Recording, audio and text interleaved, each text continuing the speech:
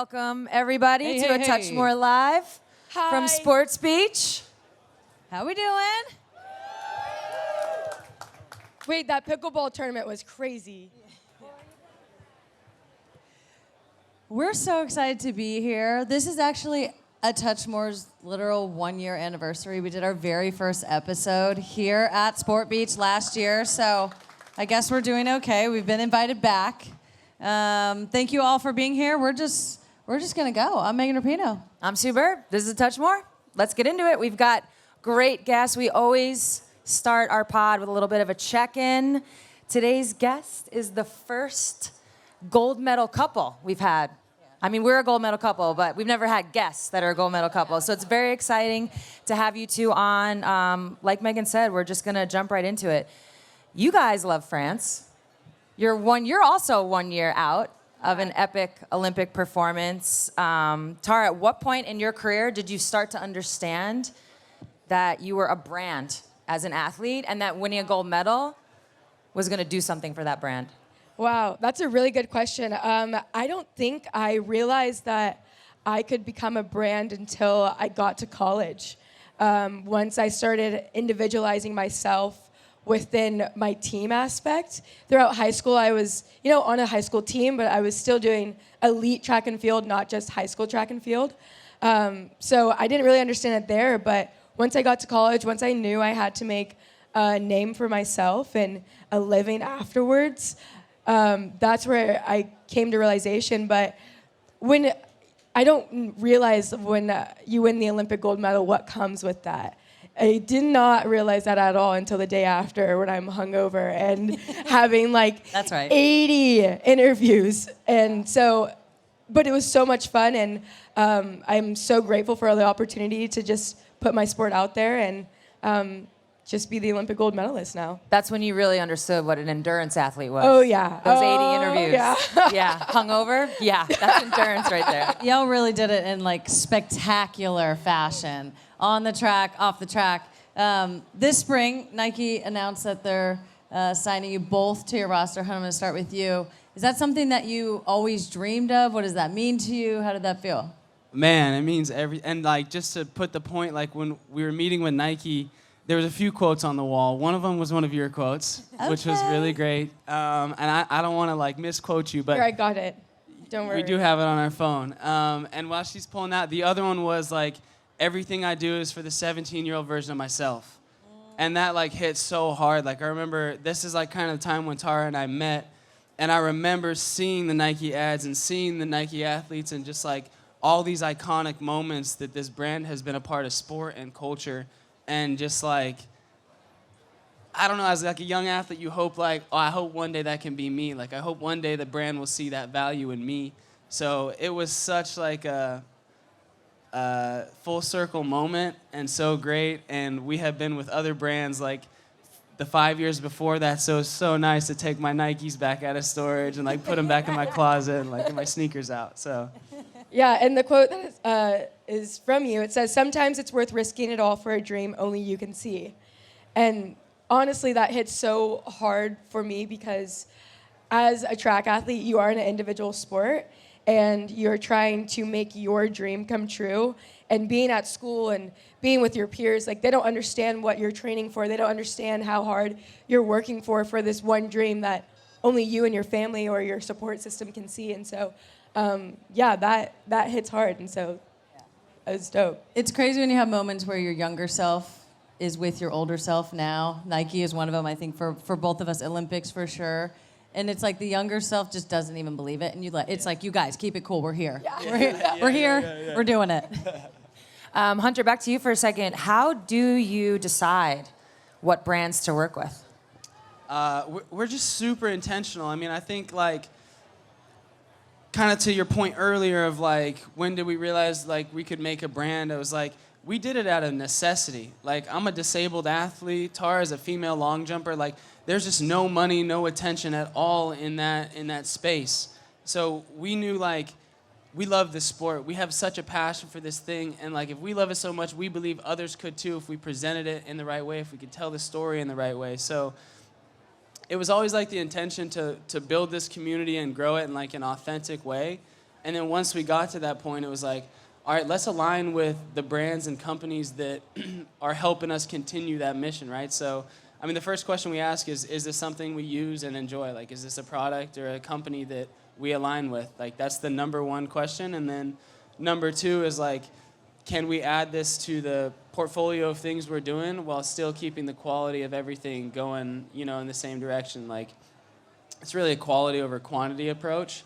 And I mean, we're so incredibly blessed now since the Olympics to have a lot of really great opportunities and companies that want to work with us. So now we've got even more ultra selective, and we just have a conversation between the two of us and figure out who's going to help us like get to the next part of our careers. Do you always agree? Yeah. I mean, y'all As know all two the people who time. don't always agree. Yeah. We don't always. You guys Do you, disagree? do you always agree? No, of course not. All right, so you're normal. Great. I feel like in our relationship, I'm like the big dreamer. Like, let me give you this crazy idea, and Tara's like the realist of like, that's not gonna. What are you talking about? Like, Yeah, I'm let's like, bring it down. nah. You gotta Me and you, pipe down, Tara. pipe down. Me and you, Tara. Me and you, Hunter. Me and you, Tara. Me and you, Hunter.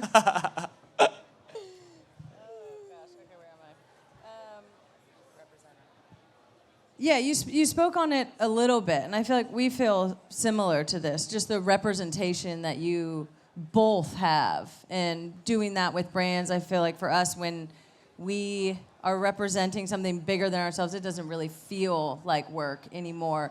When you're in those conversations with those brands, is there like, are you building it into the plan or the deal, or like how do you? It's like we want to talk about, you know, you mentioned.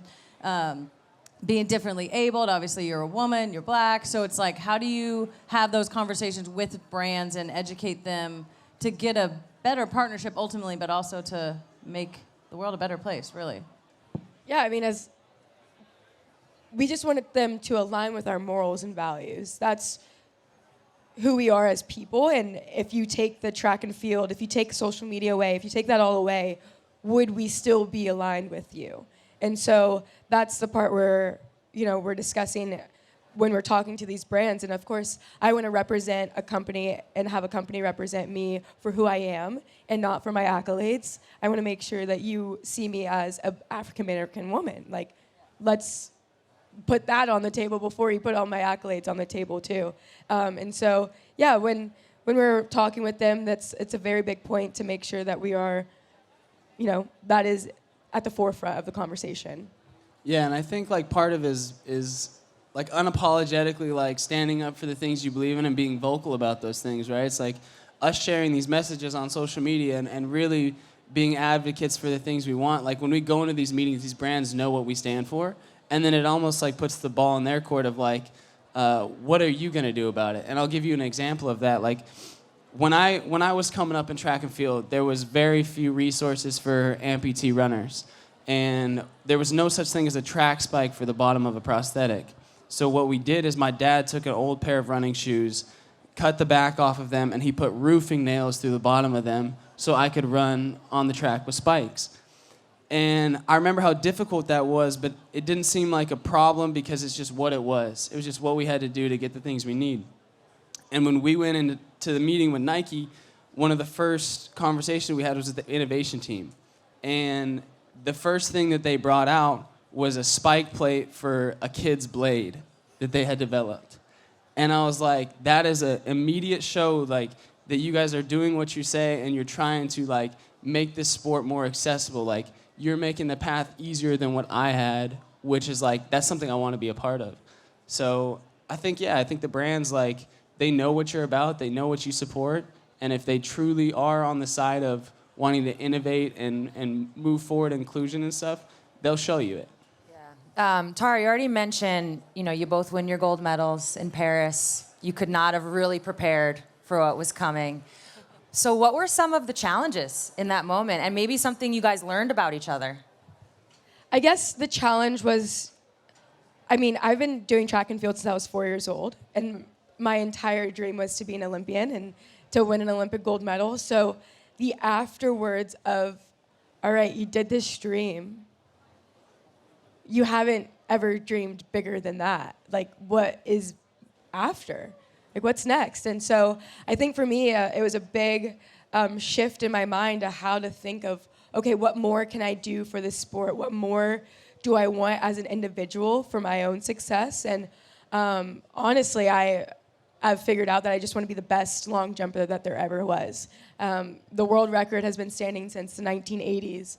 And so that is one of my missions, is to take that record down. And then just to bring more eyes to the sport. I want sport to change. I want long jump to change in particular.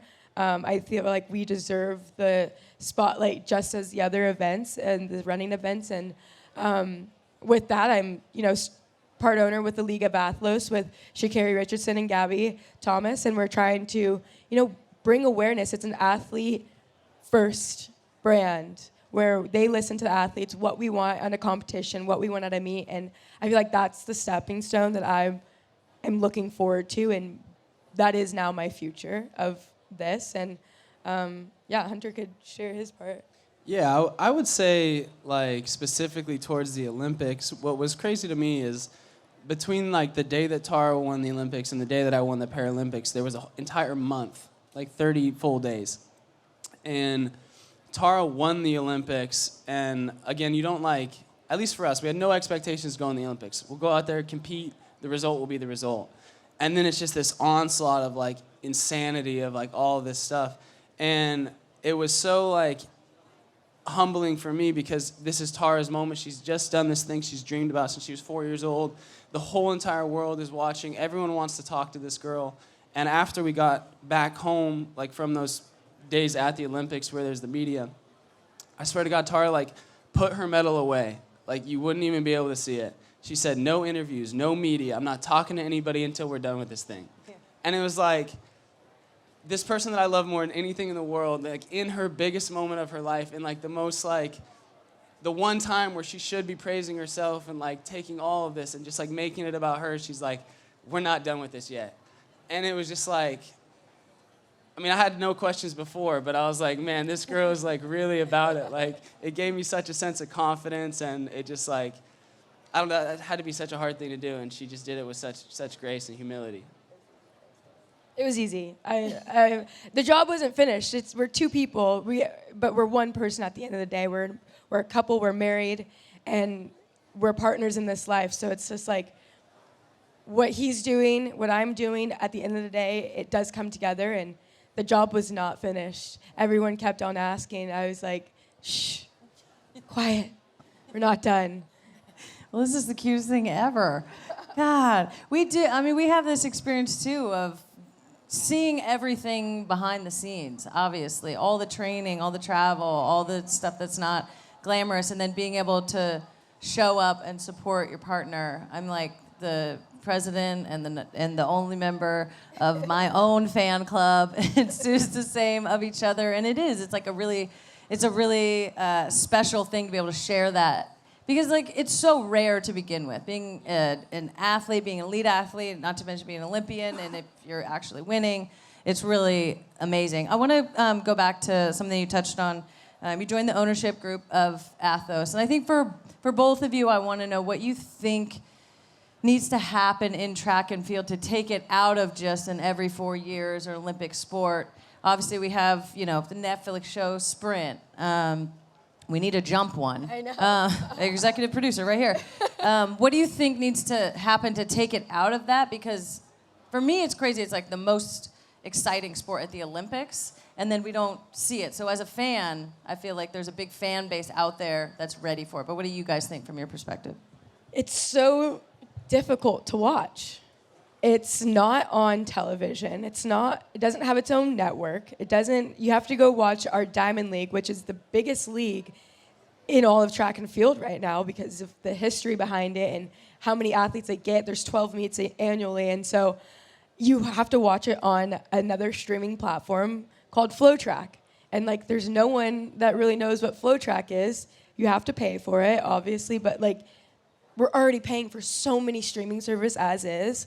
And putting another one just for track, it's just like, that's a hard thing to come by. Even me, I'm the athlete, and I don't even want to go and pay that. And so I feel like that's the biggest struggle right now is we need it to be more accessible to the naked eye, to a viewership. And that's what we're doing on social media is we were filming at the meets, even when it's not allowed, and posting it because no one was able to see that jump. No one was able to see that reaction. No one was able to see the head-to-head that I was just competing with the Olympic finals basically on Sunday, and no one knew that. And so it's really hard to get that viewership and find the avenues and the outlets that are willing to, put track and field back on your screens. And it was all over the place in the 1980s. It was in the 1990s.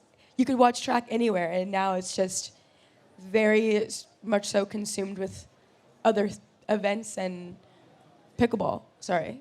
Yeah. Facts, though.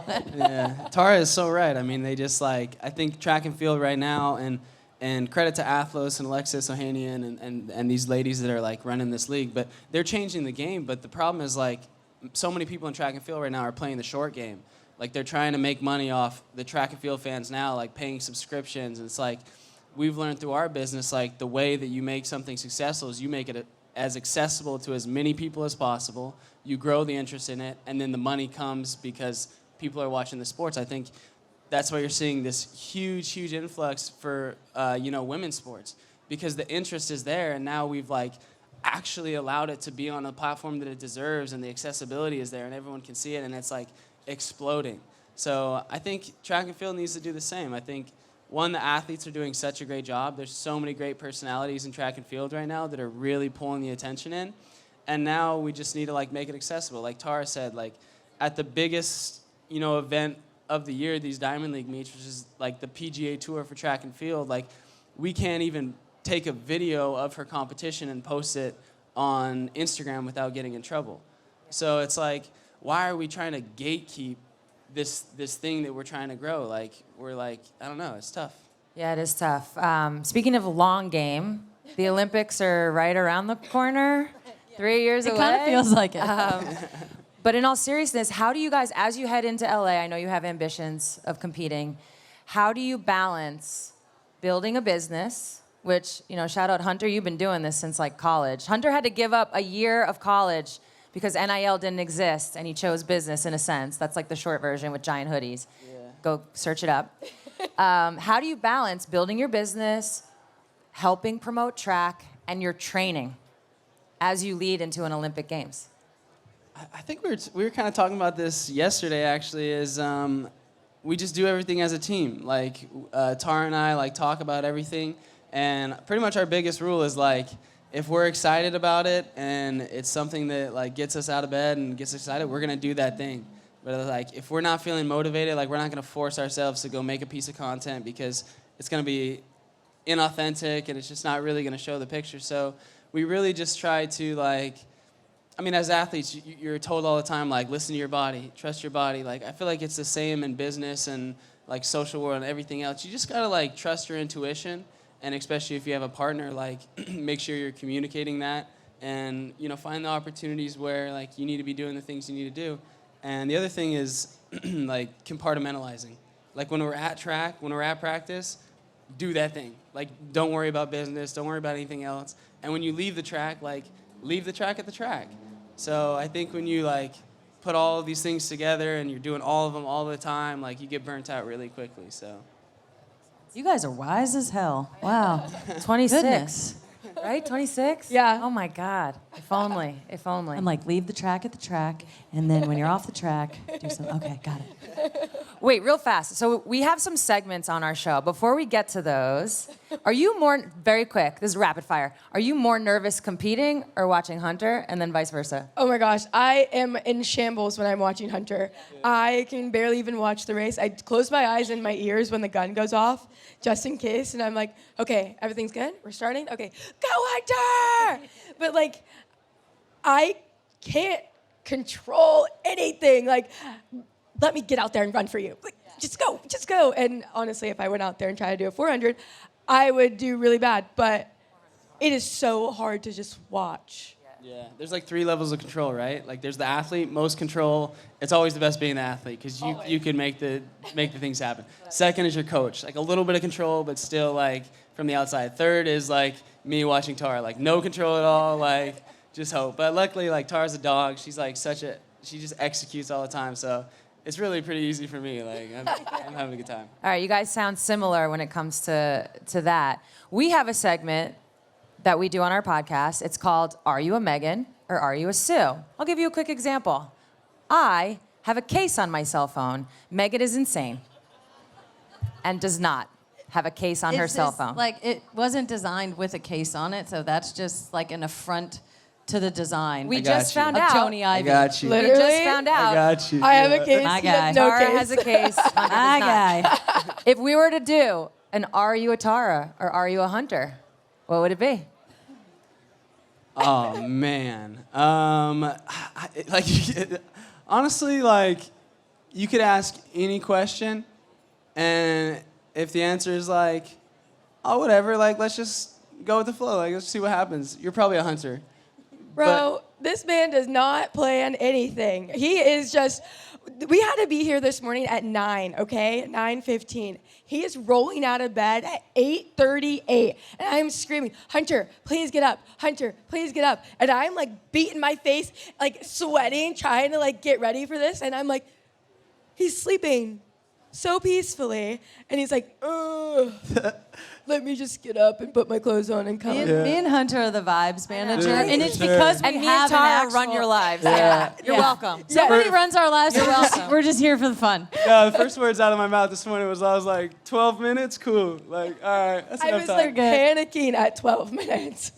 I mean, this is a great segue. We have another segment called Bicker of the Week, where we discuss something we argued about. Is this your Bicker of the Week, too? No. Oh, you got another one? Oh, my No, God, let's hear it. we got a problem Let's hear with it. Europe, man. I'm sick of it. Okay. The room keys. They only give you one room key in Europe, man, and like Tara and I haven't established who's in charge of the room key. Ooh. Yeah, Tara is, I obviously. usually am in charge, but he's like, "Oh, I put it in my wallet and I got it." But you know, you have to put the room key in the thing to make the lights to go on and make everything happen. So we'll walk out the door and I'll hear the door just close. I'm like, "Did you grab the room key?" No. Oh my gosh! And so Man, and there was a heckler in the lobby yesterday. We got back and we're like, she's like, "You got the key?" I'm like, "Nah, you got the key." I was like, "I don't have the key." She's like, "You said you had the key," and some guy's like, "Yeah, you definitely forgot the key to me." And I'm like, "All right, bro, come on, man." Not a catching a stray from No, a it's random man in the lobby. uncalled for, but whatever. But I just took it. It was my fault for sure. Megan and I were at like a little happy hour gathering yesterday, and out of nowhere she was like, "Hey, you got a booger?"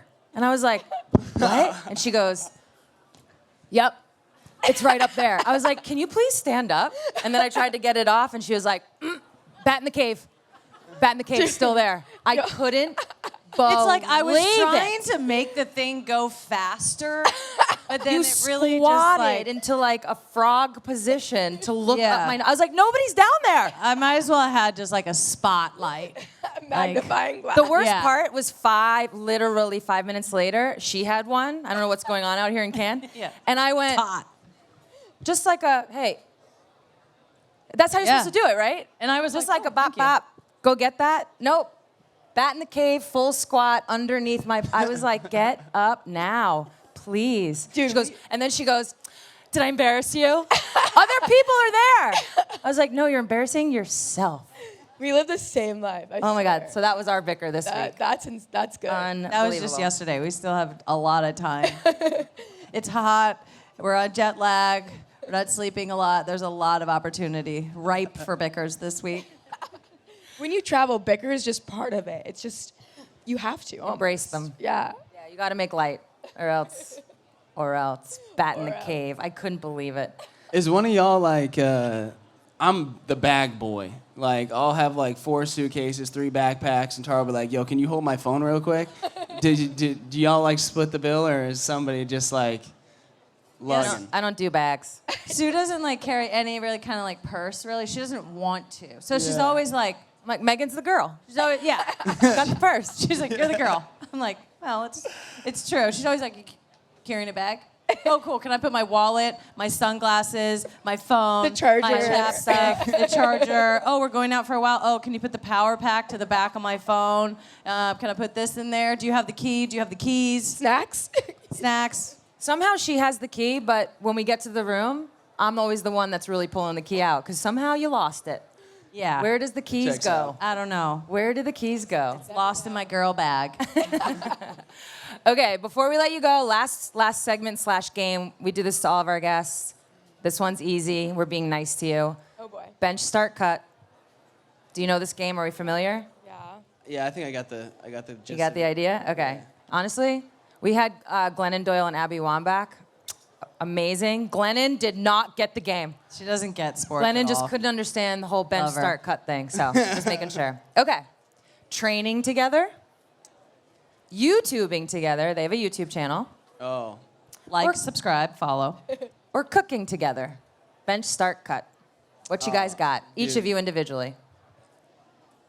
which one's cut? Ready? 3, 2, 1. YouTube. Yeah, absolutely. Get that out. Wait, why are we cutting YouTube? It's just a It's hassle. so It's much so hard. work, man. Oh, It's really man. good. It's so, super fun, but man, it is. That's a full hard. time. Do you That's a edit your own full-time. videos? I We did for used to. years, for years and years and years. And it was like, the thing about YouTube that sucks is like the harder you try, the more you put into it, the more you love the video, the absolute worst it'll do. Like, the Literally. more you think something's like, this is my masterpiece, it's like absolute bomb. Quick example, I never edited the YouTube videos, and like there was one video I filmed and edited. It was me surprising him, and I just like